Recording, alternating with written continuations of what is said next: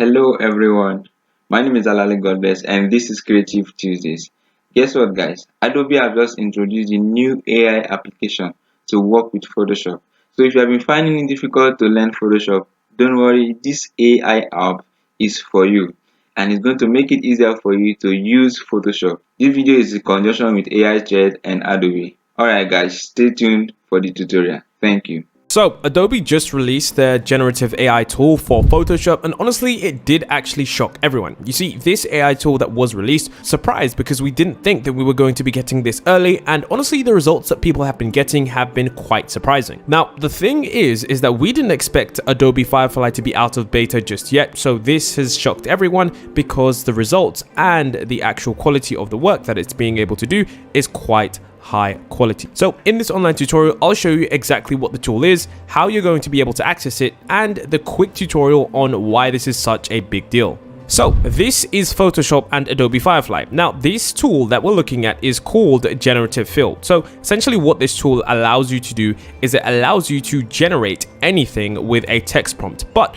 the thing that separates this from Midjourney is that this tool is combining images into one, and it does it using AI. Now, it does it very, very well because as you can see right here, you're going to see that they're able to actually change the background and also add reflections. So it's not just something that simply uses AI in a very trashy and very small way. It actually integrates the capabilities to produce stunning visual images. Here you can see it's able to expand this image by using the generative AI fill to add reflections on a frozen lake. Now later I'll show you exactly how you can do this and why this is so cool, but here you can also see it's able to generate the northern lights and it actually integrates it into a very, very nice landscape. Now the reason this is such a big tool is because Photoshop essentially is Photoshop, and if you don't know what that means, Photoshop has been one of the tools where most people are trying to manipulate their images, and this is going to be saving people tons and tons of time. So let's get into how you actually access this, how you can actually use this, and some of the quick things that you can actually do with this. One of the first things that you need to do is you need to go ahead and when you open up Photoshop, you're going to see that there is this new thing called the Photoshop beta. It's going to prompt you to download it, and once you do,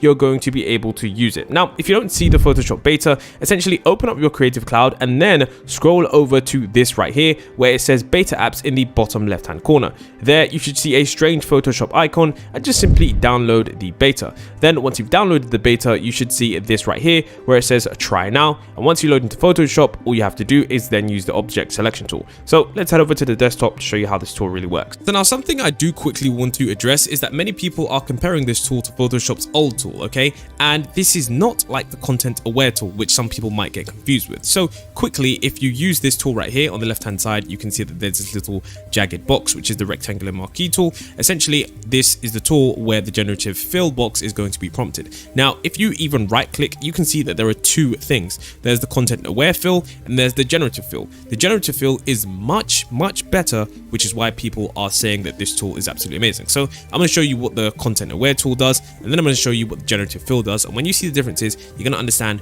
why the Photoshop community and why everyone is online saying that this is pretty crazy. So let's do the content aware fill, and essentially this just uses the original content to fill it up, and you can see here this is what you get. Now of course this in some aspects can be used, but it doesn't really look that good. So we're going to go ahead and use that selection one more time, and then this time I'm going to use the AI fill. So we're going to use the generative fill, and I'm just going to click here, and because I don't want to actually generate anything, what I'm going to do is I'm going to click just generate. So I don't actually want to put anything there, and I'm going to click generate. Now the reason I've overlapped this right here is because it needs the data from this in order to just simply expand it. So I probably should have, introduced more of the data, but we're going to see how this takes. Now, one thing that you do need to understand is that if you are using this tool, you also do need to make sure that you are online. If you aren't online, you won't be able to access this tool. Now, for some reason, it didn't actually generate the entirety of that area. So I'm going to go ahead and try this one more time.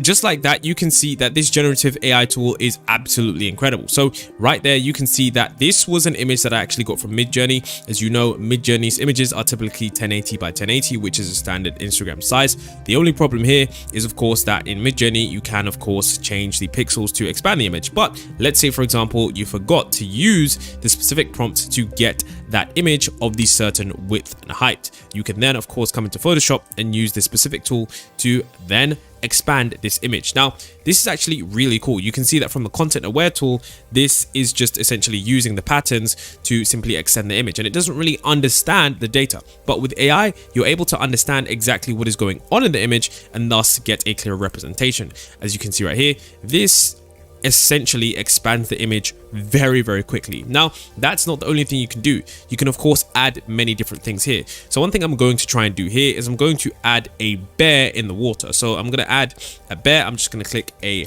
bear, and then I'm going to click generate. So I want to see if it's able to generate a bear, and I'm pretty sure this is going to work because I've tried this on many different images and I'm pretty sure I figured out how to get this to work pretty smooth. So here you can see it adds a bear along to the image and it does look pretty good. But I gotta be honest, Adobe's image generation on certain things such as people and animals isn't the complete best, but it is good at generating stuff such as, you know, maybe an anchor or maybe a bench or maybe a chair. So essentially stationary items and non-moving things are definitely the best, because essentially the thing about Adobe, although these images aren't going to be as good as Midjourney's originals, what Adobe does excel in is AI art privacy rules. And essentially that means that all these images that we trained Adobe's software on, essentially, so over time this stuff will improve. But I do think that if you were just trying to create something really cool, this is definitely there. Now of course, if you don't like this, you can just click this button again and you can click regenerate. Now why this is also cool as well is that you can flip through these many different generations to see which one of them you like the most. So I might not like this one that much, and I do realize that a bear is quite hard to do, so I'm gonna go ahead and just click regenerate and see what it's able to do. Yeah, so far Photoshop, like we said, does seem to struggle with the bears, but if you are just using this for artistic purposes, this is definitely good. So what I'm now going to do is I'm going to go ahead and expand this entire image and show you what this looks like. Yeah, after messing around, this is what the expanded image looks like. You can see right here, this is the original from Midjourney, and then of course I've added the right, and then of course I've added the left right there, and this actually looks pretty realistic. I would never be able to tell that this was essentially fused. If someone was able to ask me essentially where the image was fused, I might be able to tell that the house is a little bit off there, but at the same time, it is very hard to see that to the untrained eye. So yeah, this is what it can be used for. Now I'm going to show you some really cool tips and tricks as to how you can actually use this to build an image essentially with not that much stuff in it. So this is an image that we just got from Midjourney that I literally just generated in a couple of seconds, but I wanted to show you how you can actually, you know, essentially change this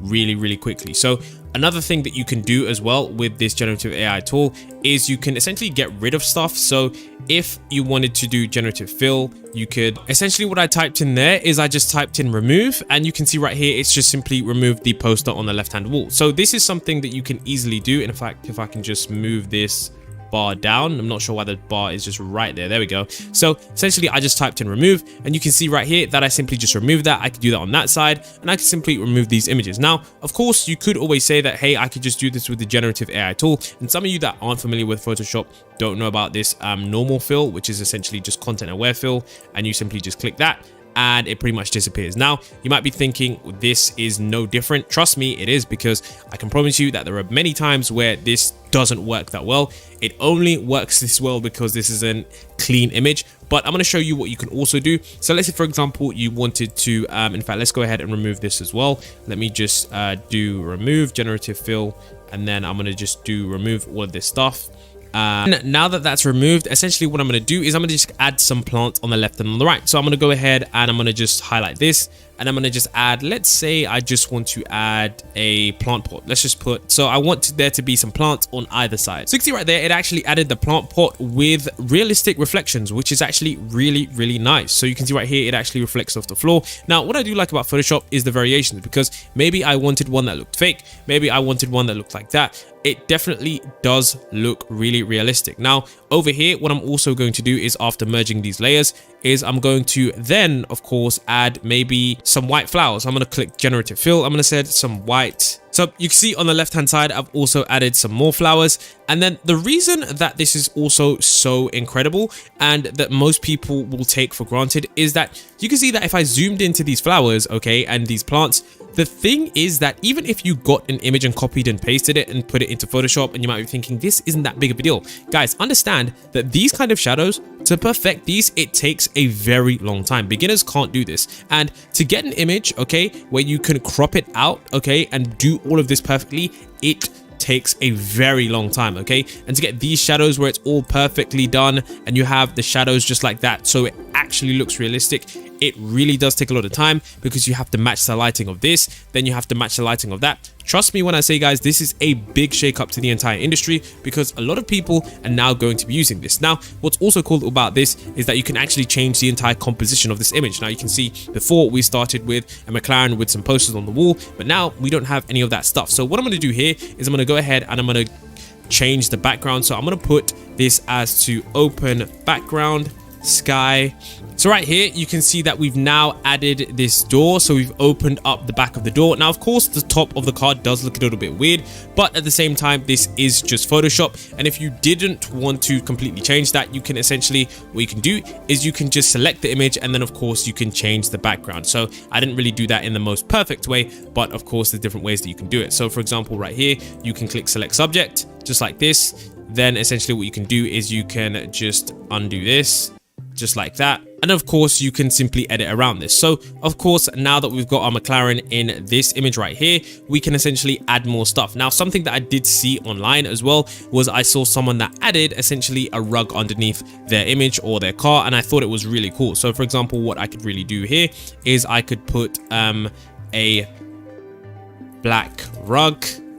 And then of course you can see right here that we actually were able to add this rug right underneath the car. Now what was really cool about this is that it actually did add the right images, and something that you might be thinking is, why did it mess up the plants? Well, I didn't actually crop out the plants, so of course it's going to interpret that in whichever way it sees fit. So my honest question to you is, how are you going to be using this? Do you think this is going to change the game? Personally, as someone who uses Photoshop on a daily basis, I think this will literally be used by almost everyone, if not everyone, because this is a large majority of people's time. But let me know what you think in the comment section below. I think this is a game changer, especially with the way the shadows integrate. But until next time,